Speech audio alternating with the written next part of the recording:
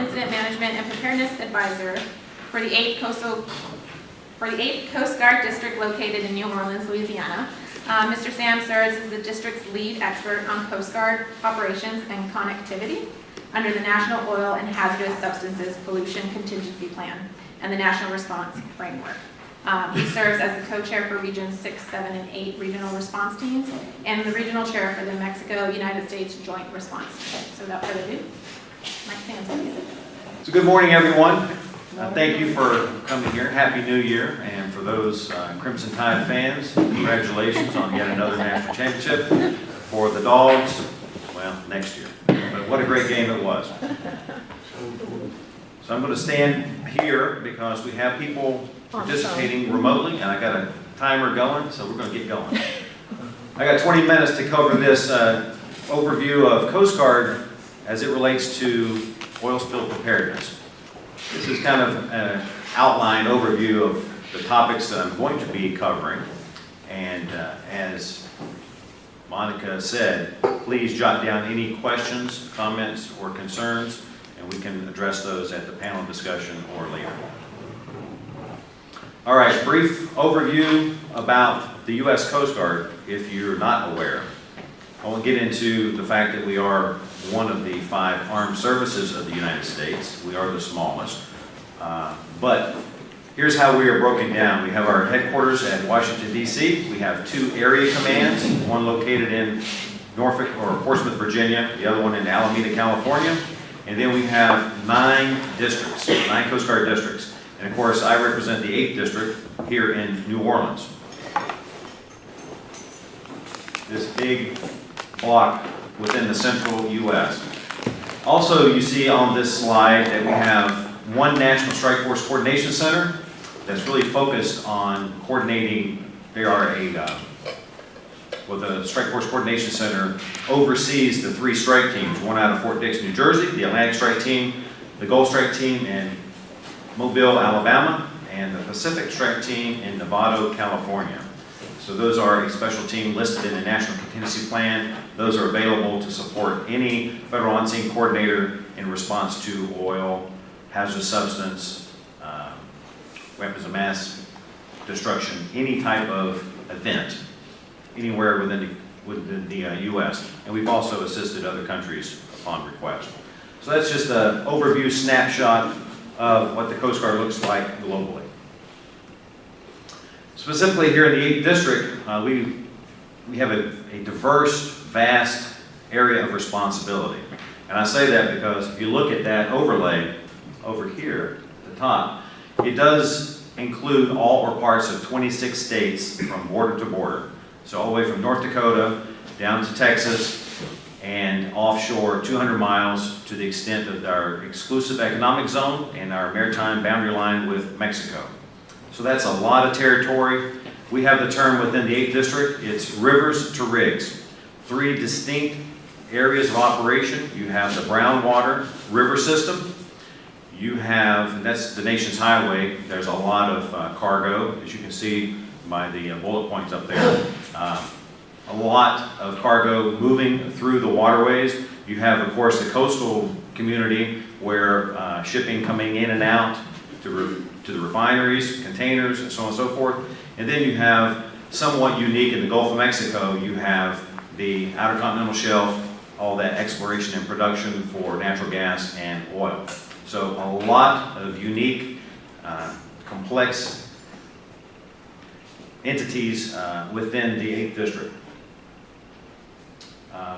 2 of the nation's busiest ports, you can probably guess those, but I won't take offers. They are Houston and New Orleans.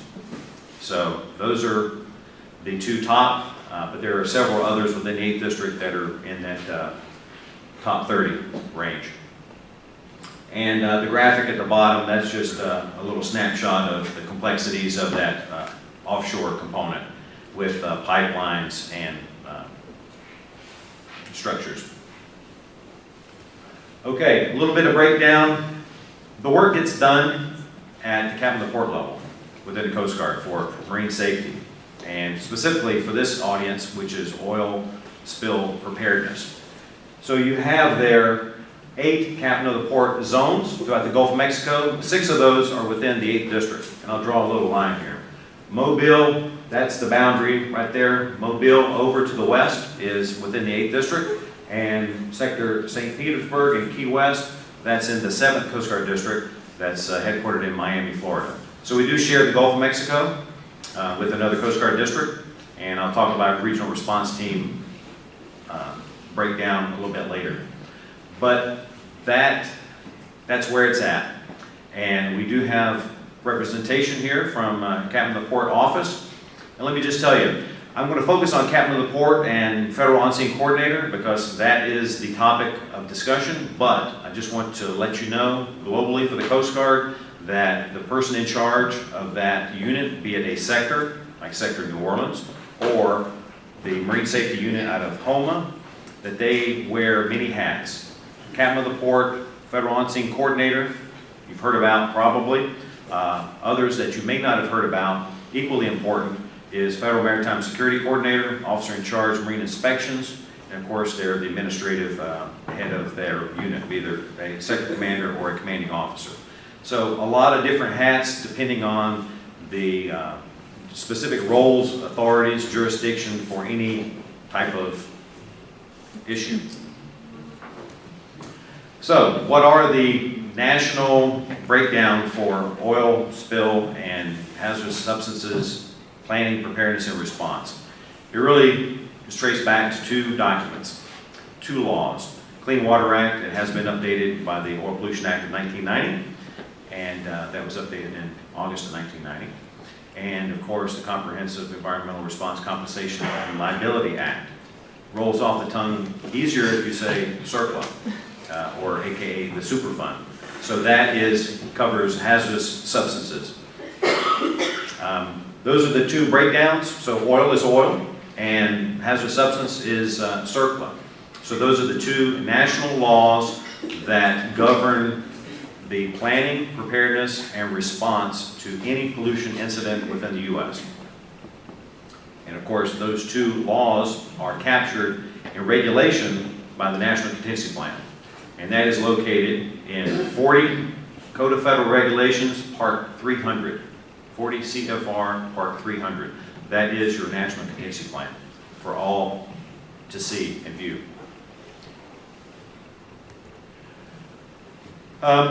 We haven't always had a National Contingency Plan. The first one was signed by President Johnson in 1968, believe it or not. And that was before the establishment of the EPA. The Environmental Protection Agency wasn't established until 1970. So we did have our first National Contingency Plan in 1968. It was not based on law. It was not a legislative process. It was just a plan, a coordination effort. And who was deemed in charge of that at that time? Barrett 48, you still here in the room? Okay, I'm going to call him out.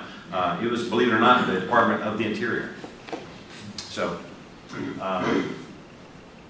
but if you don't know about the Torrey Canyon, that was the first real super tanker, if you will. Went down, it grounded off of Cornwall, England in 1967, and various things happened to it. It eventually sank and discharged its entire cargo of crude oil, and it was quite a mess. It was unorganized response, and the U.S. said, we need to establish something. So that's where it all began. There were changes and a lot of updates to the National Contingency Plan and different national policy plans and procedures, different roles of agencies, updates to Clean Water Act, so on and so forth. But the watershed moment was really with the passage of the Oil Pollution Act in 1990. And that was really predicated, finally, Congress was moved to take action as a result of Exxon Valdez in March of 1989. And so that really caused them to redo the Clean Water Act. And the OPA 90, as it's commonly referred to, it covers and it mandated a lot of different things. Do not think that the 5 bullets that I've chosen to list are the only ones. Those are just 5 that I want to speak to very, very briefly. We had an oil spill liability trust fund, but it was very inadequate. So this fund was established, new parameters, a tax on oil coming into the country, and that was to build up a $1 billion fund, basically, so that we would be assured that if we didn't have a responsible party, or if the identified responsible party was unable or unwilling to take appropriate action, as outlined in the law, as outlined in the regulations, then the federal government could, without waiting for them, we could take appropriate action to mitigate any pollution incident. So that was the key thing. Talked about facility response plans and vessel response plans. A huge improvement was the mandate of double hulls for tank barges and tank ships within U.S. waters, and that extended out to 200 miles. So that was a large effort. Matter of fact, the double hull requirement wasn't official and final until the year 2015. It took a long time to outfit and build new ships and barges. And of course, before Open 90, the contingency planning process looked a lot different. Open 90 mandated establishment of area committees by Captain of the Port Zone, mandated area contingency plans, requirements to exercise, so on and so forth. So that was a key moment in the evolution of oil spill preparedness within the United States. If you look at the National Contingency Plan, it talks about a national response system, and that is broad. The system is vast, and it basically takes local, state, federal, industry. There's a lot of different components that make up the national response system. And it is a system that, in theory, everyone knows what the requirements are by law, the implementing regulations. You're involved to the extent that you need to be involved in the planning and exercising. And if you're in industry, if you're exploring, producing oil or shipping, then there are requirements that you need to meet. So all of that is packaged into what is the national response system. There's 15 primary federal agencies that I'll get to here shortly that make up the bulk of that and make up the national response team. But first, we hear a lot about, I received the NRC report, National Response Center. That's 1-800-424-8802. That's the one call, that's all, not to be confused with Morris Bart here locally. But that is the one call that people make to report any oil hazardous substance incident, or you can actually talk about security and other reports as well. But focusing on pollution, that is located at Coast Guard headquarters in Washington, D.C. That's the Coast Guard's contribution to that system, if you will. So it's not a Coast Guard entity. It belongs to the National Response Team. The Coast Guard houses it and staffs it with a blend of active duty and civilian employees. And they're weaning off the active duty side. It will be a full civilian cadre of people within the next couple of years. But they're 24/7. They make the report, they look at their global map, and they figure out which Captain of the Port Zone it is in, whether it is Coast Guard or if it's Environmental Protection Agency, and then they push that information out. So that is the inputs and outputs. That's kind of what I talked about earlier, area committees, state governments. I mean, it's the national response system involves all of us. This is a good graph. It comes out of the National Contingency Plan, and it talks about what is the flow chart. How does an incident flow from notification, something happens, and then where does it go from there? So as we advertise, you call the National Response Center, and then they ship it out to the pre-designated on-scene coordinator, and then from there, you do the initial assessment. Is federal action needed, warranted? If the responsible party is cleaning it up, taking appropriate action, it would be more of a standoff monitor situation. If the feds need to be more involved, then we will be more involved. but it doesn't mandate that the lead federal agency, be it the Coast Guard or the EPA, must respond and be present throughout each and every cleanup that occurs throughout the U.S. There's some flexibility there depending on the specifics of the incident. Here's a very, very key thing. Natural resource trustees. That is a vital part of the entire process. And as we are here, right here, at the Department of the Interior, U.S. Fish and Wildlife facility, they are a designated natural resource trustee, as is the Department of Commerce National Marine Fisheries Service. So they are in charge of different species. They maintain, manage that list of federally listed threatened or endangered species, critical habitat. They are part of the conversation often when you have a response to a pollution incident. And then, of course, if as needed, it comes down to federal, once a determination is made about federal response required, then this is also discussed in the National Contingency Plan. We agree within the U.S. that we're going to use the Incident Management System, okay? Incident Command System, ICS. That is what we're going to work on.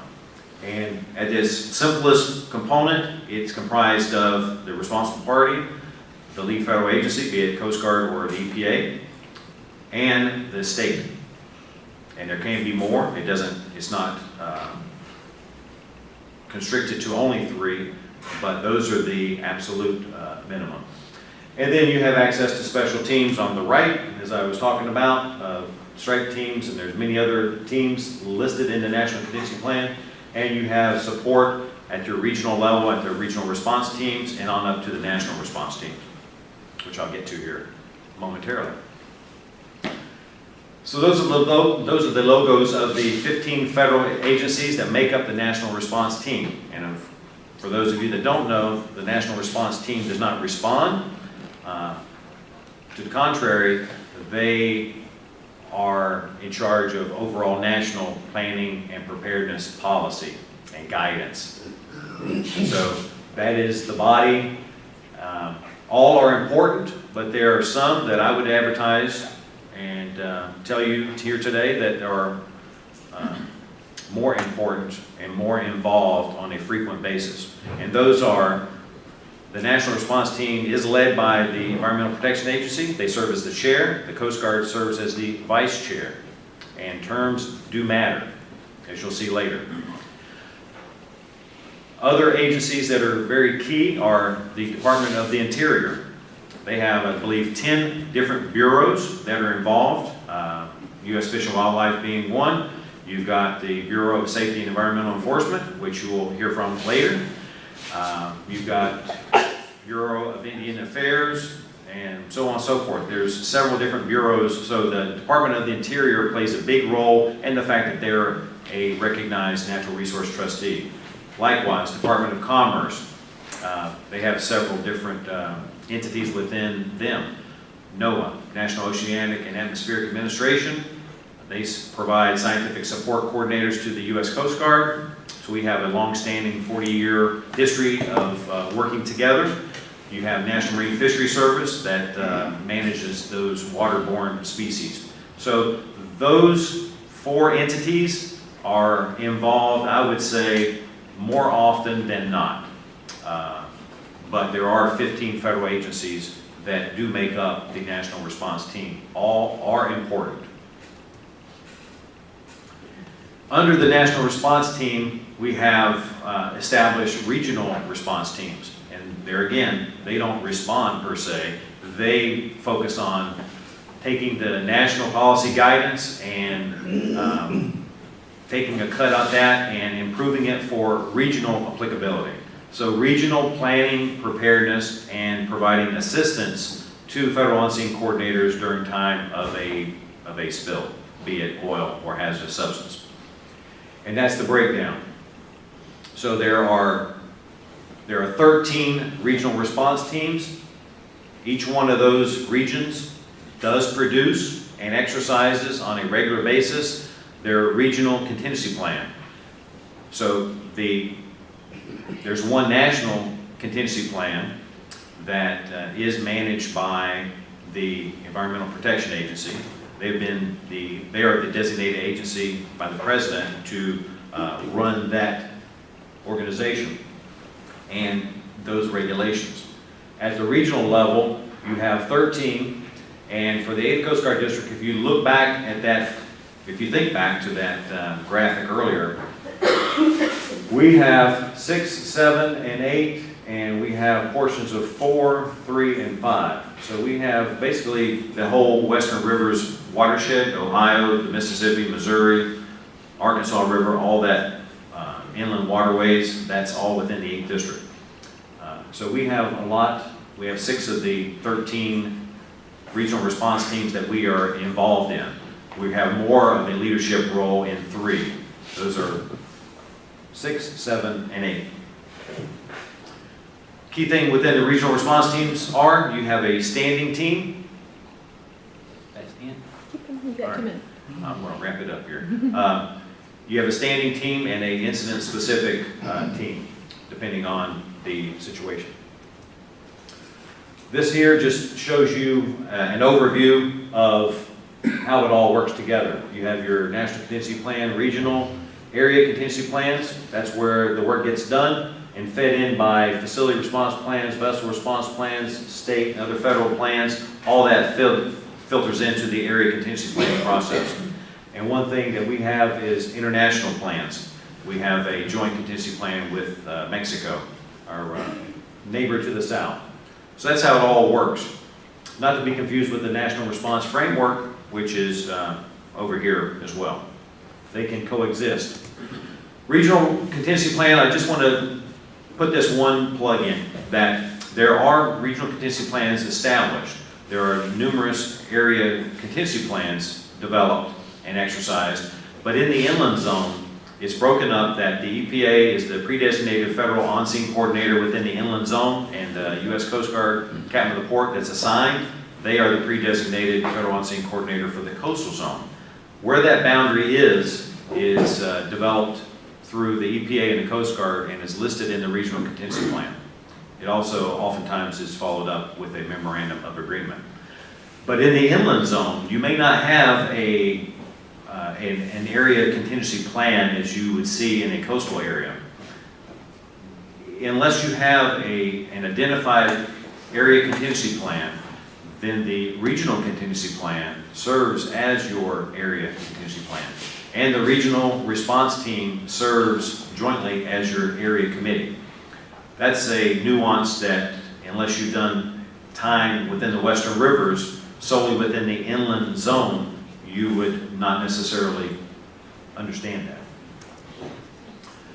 Those are just key components that make up the area contingency plan. That's not the only things. There's a lot in there. Those are just 7 of the more important things, I would say.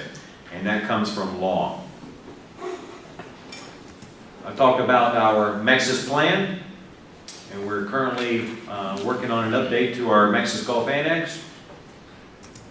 Some Deepwater Horizon improvements. I would say area contingency plans, been a huge thing. The establishment of, we have updated our contingency plans post-Macondo Deepwater Horizon. We started that venture in 2013, and that's an ongoing process. So there's opportunities to get involved in that. And there's been major improvements in capabilities with cap and stack and cap and flow for those Macondo type incidents. Of course, we know that there's a lot of other pollution that can happen. It doesn't have to be an uncontrolled well blowout. I'm standing here before you today as a result, I would hope to say, positive result of the Deepwater Horizon response. Each Coast Guard district got one of me, and we serve as the long-term continuity for this mission, if you will. All right. I'm just going to tell you that there is something called the Preparedness for Response Exercise Program that mandates how exercises, it doesn't mandate, there are guidelines. It is not regulation, it's not absolute, but I don't know of any industry component that does not adopt the PREP guidelines as their own. So it is based in the law and what the law calls for, but they are guidelines. Four agencies put that together: Coast Guard, EPA, Bureau of Safety and Environmental Enforcement, and the Department of Transportation, Pipeline and Hazardous Materials Safety Administration. Those four federal entities work collaboratively to develop and publish the PREP guidelines. Last edition is 2016. Mike Drew is going to talk about Nexus Gulf exercise. That's just a snapshot. And that is our future schedule coming up in March of 2018 and following through to another full-scale exercise in 2021 based out of Corpus Christi, Texas. There is an opportunity to incorporate science, and you heard Gomery mentioned. Go Moses Conference is going to be in New Orleans in February. We're working on different things within Regional Response Team 6, such as in-situ burn policy. We're looking at uncontrolled well blowouts and subsea dispersant injection protocols. We've been doing those exercises for several years. And you may not be able to see that clearly, but everyone that attends, I believe, is going to get a copy of this. So there are plenty of opportunities to come to participate, to collaborate in pollution planning and preparedness. Some are at the area committee level, some are at the regional level, some are conferences, but there's a lot of opportunity. So if you have any interest at all, please seek me out. I can put you in contact with the appropriate captain of port, or maybe it's more appropriate for you and your agency to connect at the regional level.